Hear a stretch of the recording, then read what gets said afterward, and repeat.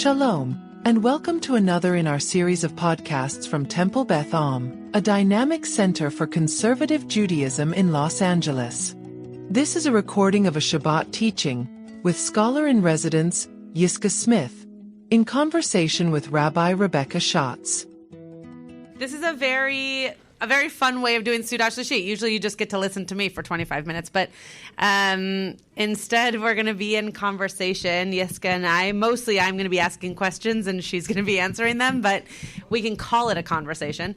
And for those of you who don't know, though I think it's been pretty obvious throughout the whole Shabbat, Yiscah just wrote a book, and the book... some of you purchased the book, and we will have the book for you. They have not yet arrived, so they'll be here hopefully on Monday, and you can get them. Jacob will send an email, and people can get them. If you didn't purchase the book and you'd like to purchase the book, then you are in luck that they didn't come yet, because now you have time to also get one. So it's a beautiful book that I am sure many of you who have learned over the course of Shabbat with us have seen. It really has. Here, you can put it here if you want. Really has a beautiful format to it. Goes through... Fascinating. I'm sorry if the sound is not working. I can't do anything about it, but hopefully it'll work soon. The format of the book is really beautiful, and I hope that you've seen some of it through the source sheets. But when you receive it, you'll see that some of it is really rooting you within the Parsha, and then you get a sense of what Yiscah is interested in learning and teaching. We then hear from quite a few commentators, and then we have something practical that we can do in terms of a mindfulness practice, a meditation, a something, to be able to bring the Torah into our hearts and souls as well. So I'm just going to read a 2-sentence bio on Yiscah. There's much more to her than what I'm going to read in this 2-sentence bio, but then we'll start this conversation. So Yiscah is an educator and an author and a spiritual mentor. Many of the people in this room who know Yiscah beyond this weekend have been students of hers, including myself. She is also an outstanding speaker who just released this new book that I just was speaking about on cultivating one's spiritual life via the weekly readings in the Hebrew Bible. Okay, so we're going to start with this book, Planting Seeds of the Divine. And so I'm curious, because you've talked a lot about the project, but not necessarily what inspired the project. And if you could just describe the core message or the flower of the seed that you hope that people walk away with, to continue the metaphor, who might be encountering this work for the first time. What do you hope they understand from that core message? So okay. Shabbat Shalom. Shabbat Shalom. The core message is to move from the back burner to the front burner, a God consciousness. I believe in my own journey, 50 plus years, when I first started to dabble and venture into more traditional Judaism through Talmud Torah, through the observance of mitzvot and halachot and different traditions, different synagogues, that what I began to realize is the emphasis was not as much as what I was looking for, which was really how to experience v'halachta b'dorachav. That's in one of the Parshiot we read in the summer about walking with God. And that's a chapter in my book, and the Midrashim and the Meforshim explain walking with God is living a life that models godliness. They don't refer to the observance of mitzvot. They refer to what we call today cultivating midot, maybe stemming from Musar or something like Pirkei Avot, the ethics of the fathers. It's so when we walk out there in the world, the energy we put forth is an awareness and the embodiment of walking with a God consciousness and role modeling for ourselves and for everyone else what it means to really experience one's soul and the soul in others. I found, though, that that's what I was searching for. What I found, and there's no malicious intent here, and it's not that someone was intending to sway me or distract me, but I realized after 15 years in the ultra-Orthodox world, not only were my questions not answered, but the walking with the Rabbi seemed to be much more important than walking with God.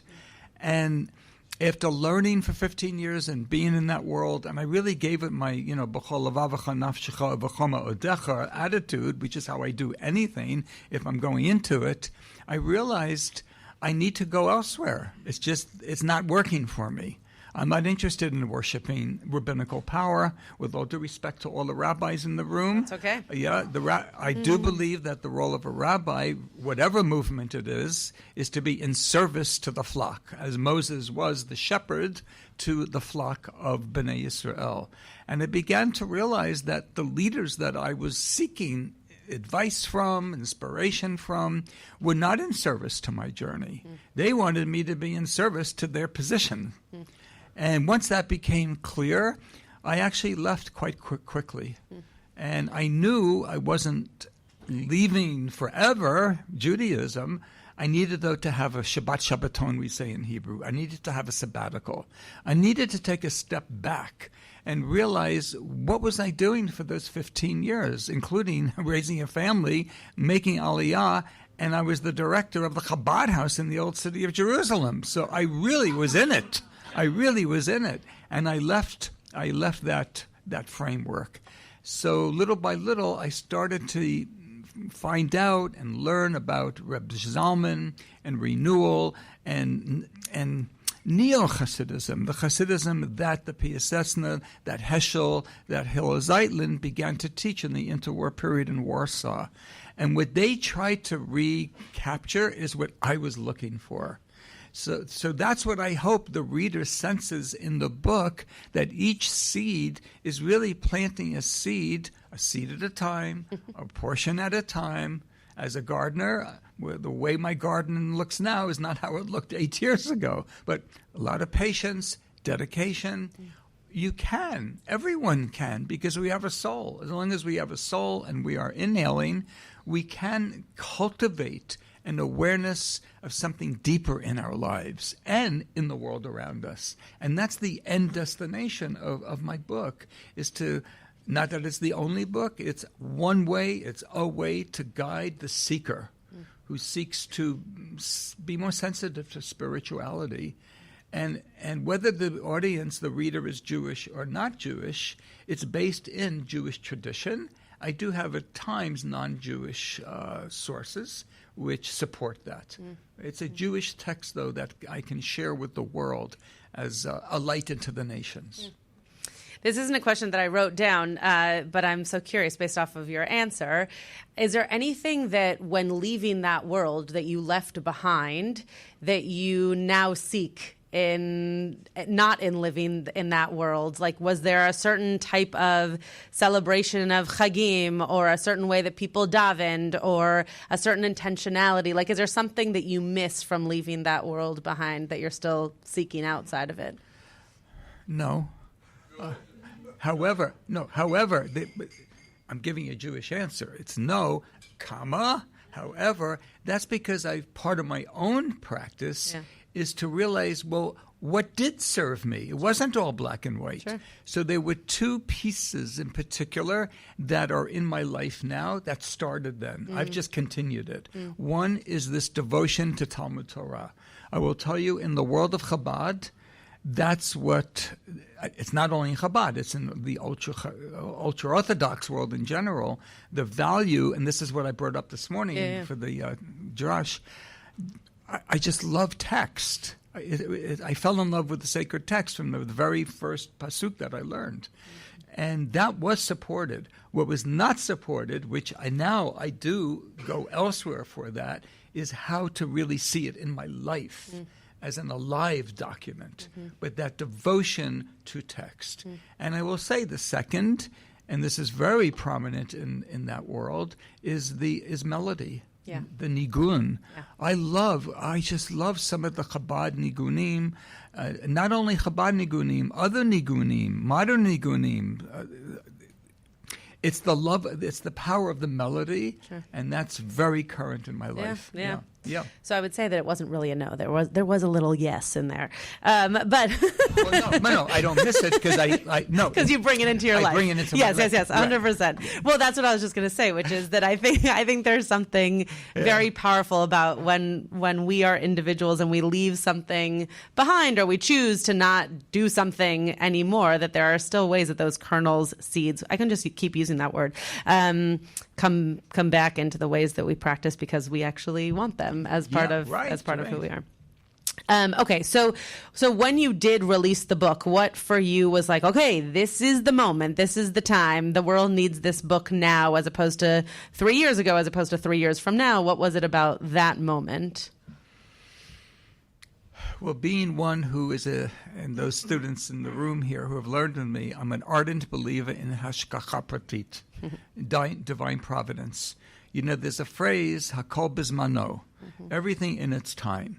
I like to also say everything in his time, because the conjugation of zman shalo can either be on time, that it's time, or the Creator's time. Sure. So the whole way I came about it was a calling to write the book. That was the beginning of Hakol Bizmano.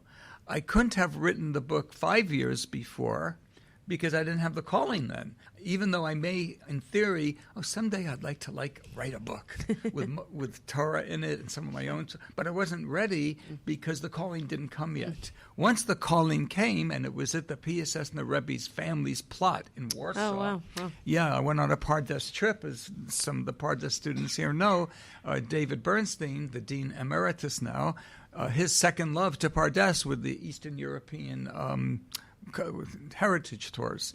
So he would take a group from Pardes every January with 2 faculty, and there I was with the group, and we discovered where the PSS and the Rebbe's family is buried. He himself was murdered, a firing squad in a mass grave in Chwarinki.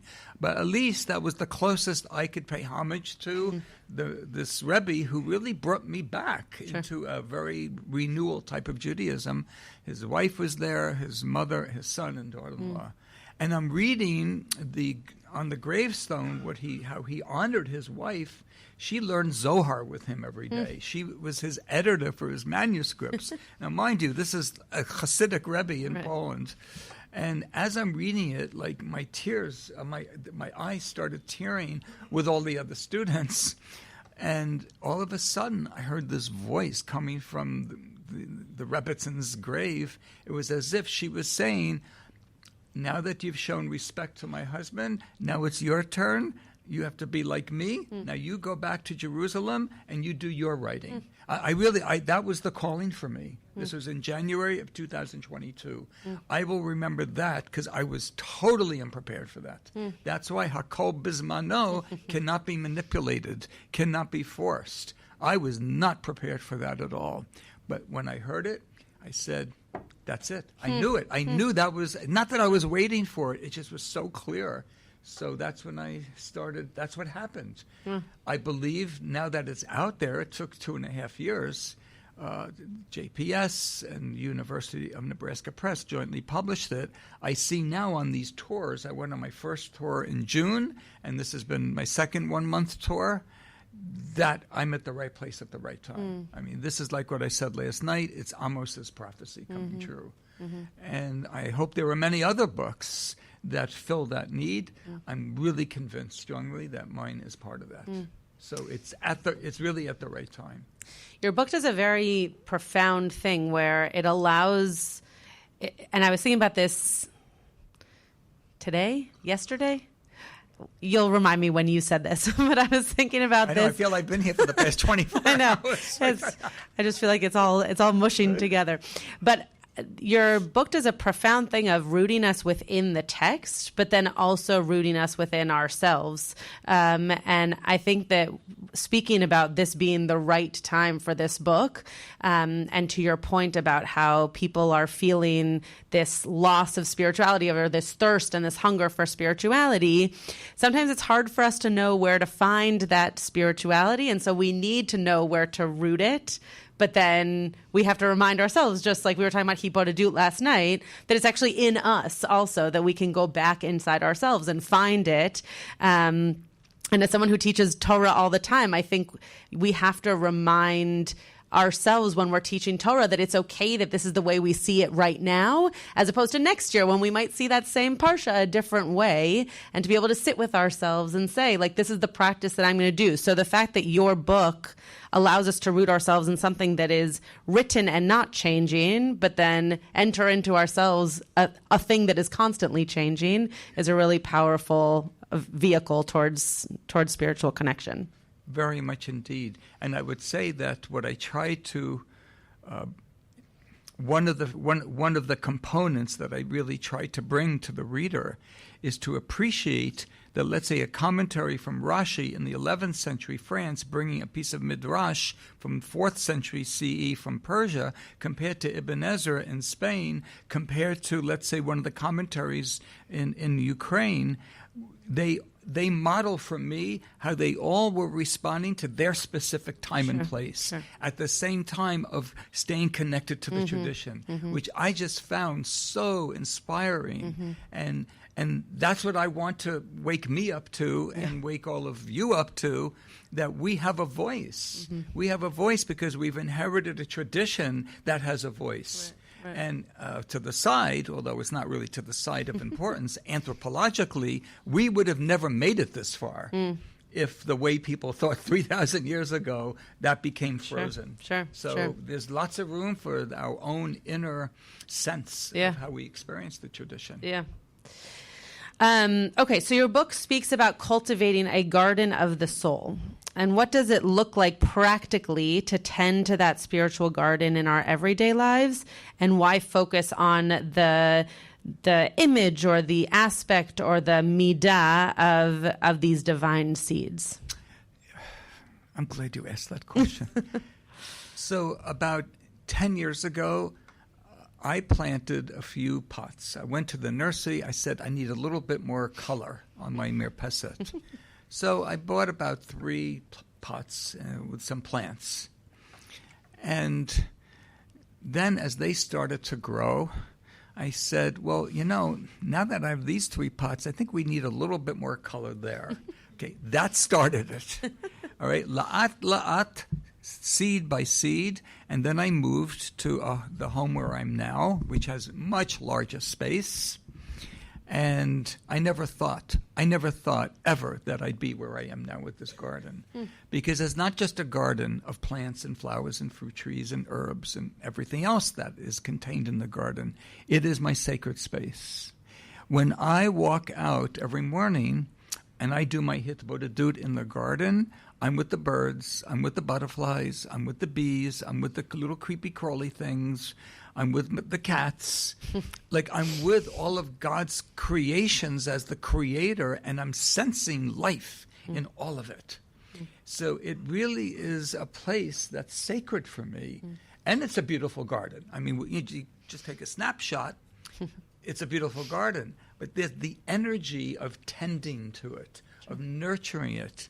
And one day, a perfect example of another way of seeing the garden, and then I'll show you how it goes to the book.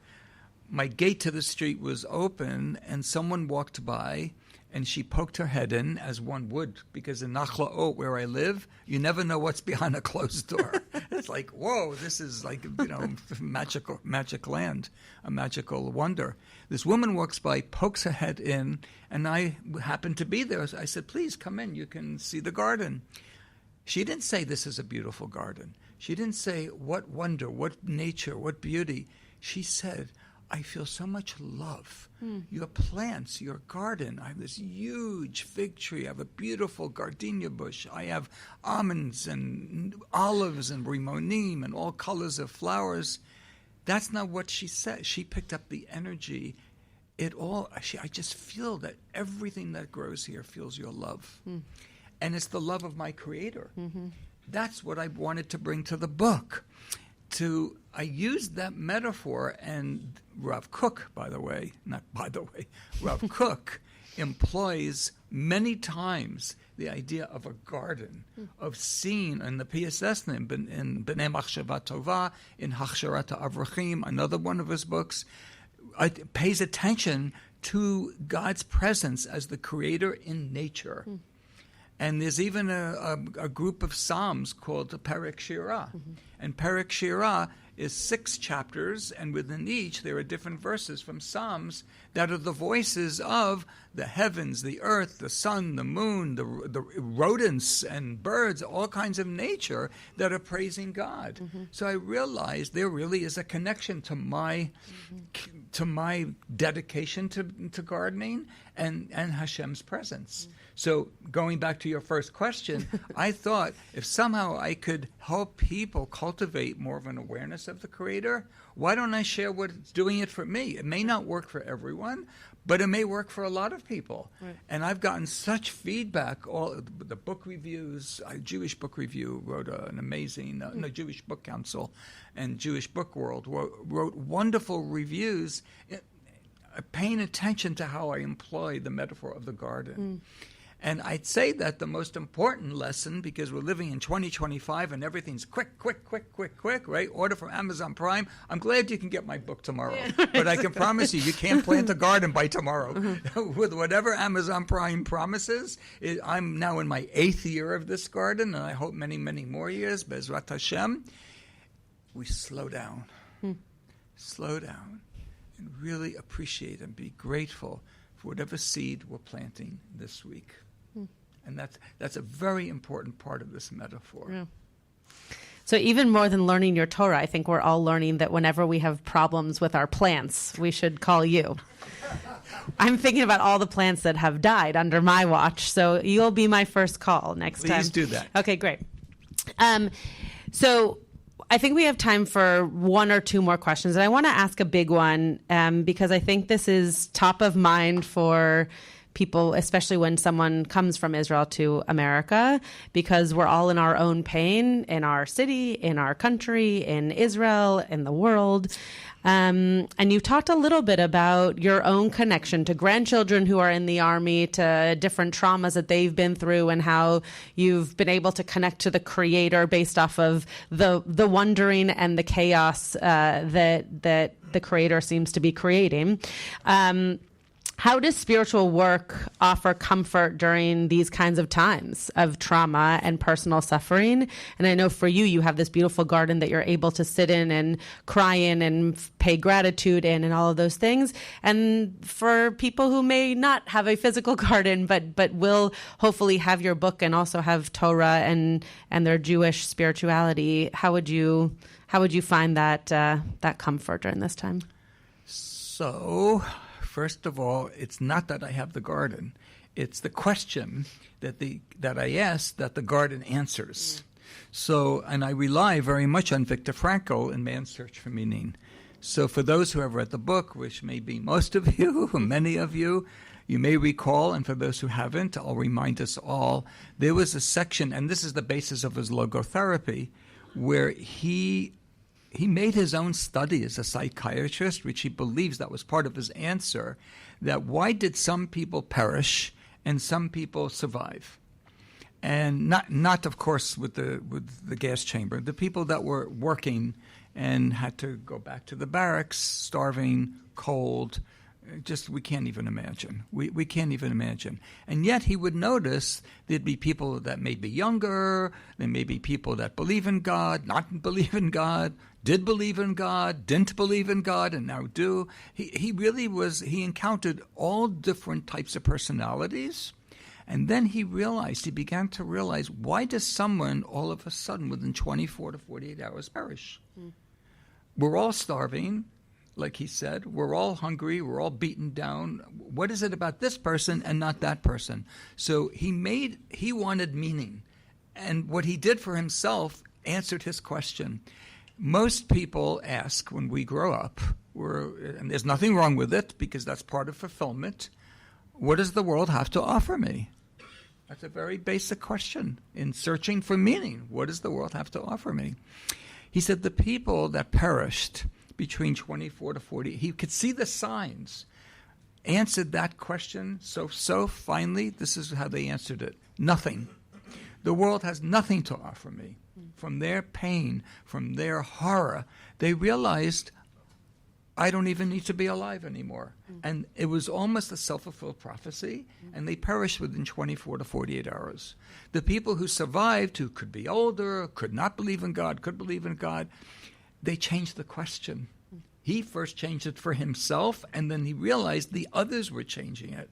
What is the world asking of me? And I would say equals in Jewish tradition, what is God asking of me?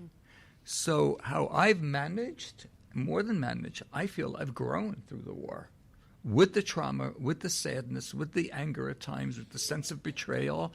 Yes, I also have belief. What's being asked of me, and I can answer that in many different ways, but how I answer that, that's what I'm learning from this. That there are potentials to stretch ourselves. I'm at a point now, it may sound difficult for people to hear. Sometimes it's difficult for me to even believe it, but it really is true. And more people in Israel are beginning to believe this. This is going to bring us to a much better place. What that means, I really don't know. But pretty much everyone agrees, at least the people that I read about and the people that speak out, that whatever happened on October 7th ended a chapter of Israeli history that started in May of 1948. And we need to make now. Ask 3 Jews, you get 4 opinions of what the change is. But everyone pretty much realizes we need to go to a much better place. And of course, that varies. Sure. So when I'm in the garden, and especially early in the morning, it's so quiet. I'm able to ask God, "Well, what are you asking of me right now?" And it usually is to show up with more compassion, with more light. With more giving people the benefit of the doubt. And I would say, and I would invite all of you, no matter what you hear, where you hear, whatever your opinions are, if you hear something or see something that really rubs against you, pause. Go into 3 cycles of breathing, inhale, and then exhale, return the breath, and then respond, not react. React is a survival, instinctive drive. For example, the stove is hot and you touch it, that's a reaction. That's because I want to live. However, if someone is voicing something and it really is hard for me to hear, that's not the time to react. That's the time to respond, and to respond with compassion. So that's how I answer that. Yeah. It's just, it's amazing that there's even a positive... Like you brought such positivity to that answer, which is such a difficult question, and there's so much positivity in your answer, and I hope that we're all able to do that. So could I just add one more thing to that? So one of my teachers, Rabbi Daniel Katz in Yerushalayim, during the pandemic, when there was a lot of severity, a lot of darkness, a lot of confusion, so he said, Chavre, there's one of 2 ways we can do this. We could either add darkness to the darkness, or we could add lightness to the darkness. So there's enough din in the world already, enough severe judgment. What do we say on Rosh Hashanah in the Machzor? It's the Yom Hadin. It's the day of judgment. We don't ask God not to judge us. We don't get to do that. But what we do say in that tefillah is lahamtik et hadinim, sweeten the judgments. So he said, this was beautiful. He said, there's judgment in the world right now. However one wants to understand that there's just a lot of severity, sweeten it. Call somebody up and say, I'm checking in on you. I was amazed at how many people that I didn't even think that they remembered me, emailed me and said, I'm just checking in with you. It meant a lot. That's sweetening. That's really sweetening the harshness. So, okay, so a final question. And then we'll do Birkat HaMazon and then Mariv, and then if people want to schmooze a little after, you're welcome to do so. So what is one seed from your book that you think every listener should take away with them and plant into their own lives? Gosh, that is so hard. That's like asking which child do you love the most? You can pick your second favorite. We won't know. Oh gosh. Probably... I would have to say the Parshat Ve'etchanan, about loving your life, loving life with all your heart, soul, and might. Yeah, but I'm saying it with half of an intention. I can tell you're thinking, was that the right answer? Is there another answer? No, it's not about the right answer. I already know it's not the right answer because I love all my children the same. But that one, bolet, that's the one that right now is kind of sticking out, and I would have loved to teach it last night. But I just, for some reason, I pay attention to what I'm drawn to. I was drawn to Noach with talking with God. But it really is, if we loved our own lives, and the Shema teaches us about the achdut, the unity that we can experience within. Imagine if we really were the embodiment of loving our own lives with all our heart, soul, and might. How would we show up in the world? How would we show up in the world? So that's the one. So I hope that everyone will read this book, and then they can email you back and say, what is the seed that they're planting in their lives? Yeah. So that's your homework, is to read the book. And because this is your last gig, so to speak, for the weekend, I just want to say what a gift it has been. And I've heard from many people throughout the community that your Torah really did bring such light and beauty to this community and just to this Shabbat. And it was just wonderful to be able to learn with you in so many different arenas, and there's so many different parshiot and so many different styles. And we hope that you'll join us again soon, and that everyone will read your book and share with you what they thought of it. Yes. Thank you. Of course. You've been listening to another in our series of podcasts from Temple Beth Am, a dynamic center for conservative Judaism in Los Angeles.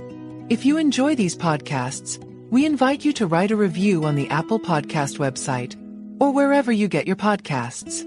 For more information on Temple Beth Am, Los Angeles, please visit www.tbala.org.